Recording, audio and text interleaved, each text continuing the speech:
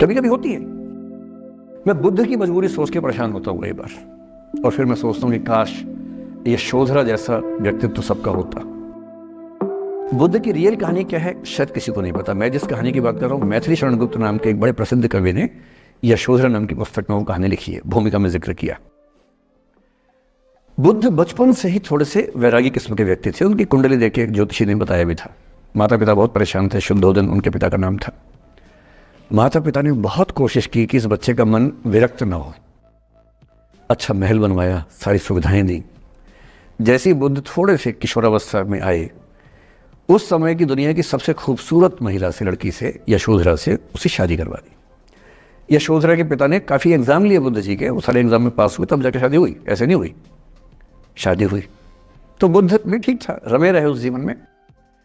बेटा हुआ उनका राहुल। अब बुद्ध की विरक्ति का भाव बढ़ता जा रहा था। 29 साल की उम्र के आसपास ऐसा हुआ कि उन्होंने एक मृत व्यक्ति को देख लिया, एक बूढ़े को देखा, एक भिखारी को देखा, एक बीमार को देखा। विरक्त हो गए और उनका मन हुआ घर छोड़ दूं, ज्ञान की खोज में चला जाऊं। अब ज्ञान की खोज में जाए, उनको पता है कि भाई मेरी पत्नी भी है, मेरा बेटा भी है, राज्य भी है, कैसे छोड़ दूं? छोड़ना जरूरी है। अंदर की आवाज है कि छोड़ो, तुम इस चीज के नहीं बने हो, तुम्हारा स्वधर्म कुछ और है। बाहर की जिम्मेदारी है कि छोड़ नहीं सकते।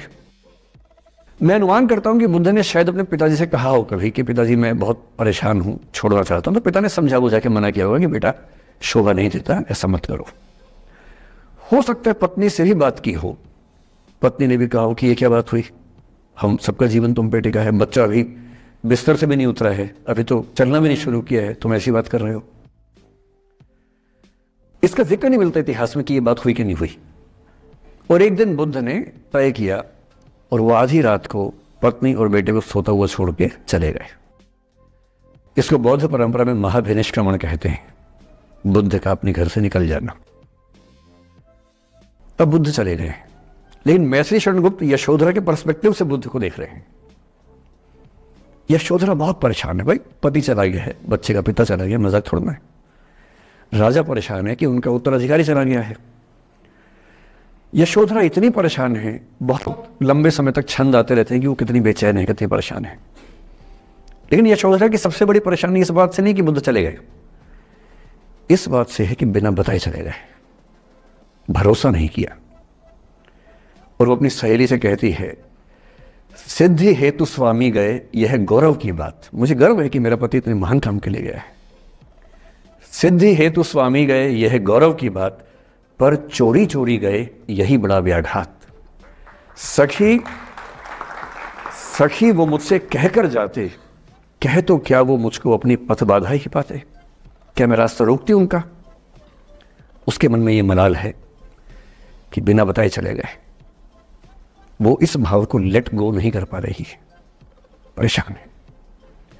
फिर बुद्ध को ज्ञान मिला 6 साल की तपस्या के बाद, बोधगया में बोधि वृक्ष के नीचे ज्ञान मिला। बात फैल गई। जो 5 शिष्य बुद्ध को छोड़ के भाग गए थे उनके बुरे वक्त में, उन्हीं 5 को बुद्ध ने सबसे पहले ज्ञान दिया सारनाथ में, जिसको धर्म चक्रावर्तन कहते हैं। बुद्ध की ख्याति बढ़ने लगी। शुद्धोदन ने बुद्ध के पास, अपने बेटे के पास कई लोगों को भेजा ये कहने के लिए कि भाई यहां भी तो आओ, हमसे भी तो मिलो। बुद्ध का ऐसा प्रताप था कि जो उनके पास जाता वो बुद्धम शरणम गच्छामि हो जाता, वापस ही नहीं आता। तो फिर शुद्धोदन ने बुद्ध के बचपन के एक दोस्त को ये कह के भेजा, भैया मैं जानता हूं तुम वापस नहीं आओगे, पर प्रभावित होने से पहले बोल देना कि पापा याद कर रहे थे। तो वो गया, उससे वायदा निभाया, हो तो गया, बुद्ध के संग में दीक्षित हो गया, पर वायदा निभा दिया। तो बुद्ध ने कहा जरूर जाऊंगा, पिताजी की आगे तो जाऊंगा ही जाऊंगा। बुद्ध पहुंचे अपने कपिल वस्तु, जो अपना इलाका था, वहां पहुंचे। पूरे कपिल वस्तु में, नेपाल सिद्धार्थ नगर से नेपाल जाएंगे तो नेपाल बॉर्डर पे कपिल वस्तु है। मैं देखने गया था वो जगह जहां बुद्ध पैदा हुए थे, बड़ा सुंदर स्थान है, आप भी जाके देखेंगे अभी। तो बुद्ध पहुंचे रात को, एक धर्मशाला में रुके। अब वहां हल्ला मच गया कि राजा का बेटा धर्मशाला में। बुद्ध ने कहा भाई मैं देखो राजा का बेटा बन के नहीं आया हूं, मैं बुद्ध बन के आया हूं। सुबह उठ के भिक्षा मांगने लग गए उस इलाके में, अपने ही पिता के राज्य में। पिता ने सिर पीट लिया कि भाई क्या कर रहे हैं। फिर बुद्ध ने सूचना भिजवाई कि मैं बुद्ध हूं, बेटा हूँ संयोग से, ठीक है मैं आ रहा हूँ मिलने के लिए, पर मैं बुद्ध होके आया हूँ, मेरी चर्या है, नियम है, मैं भिक्षा से ही जीवन जीता हूँ अपना। ठीक है, पिताजी ने कहा चल कोई बात नहीं।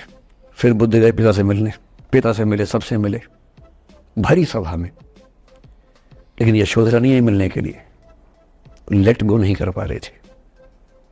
उसके मन में दर्द था, छुप के क्यों गया, बता के जाता।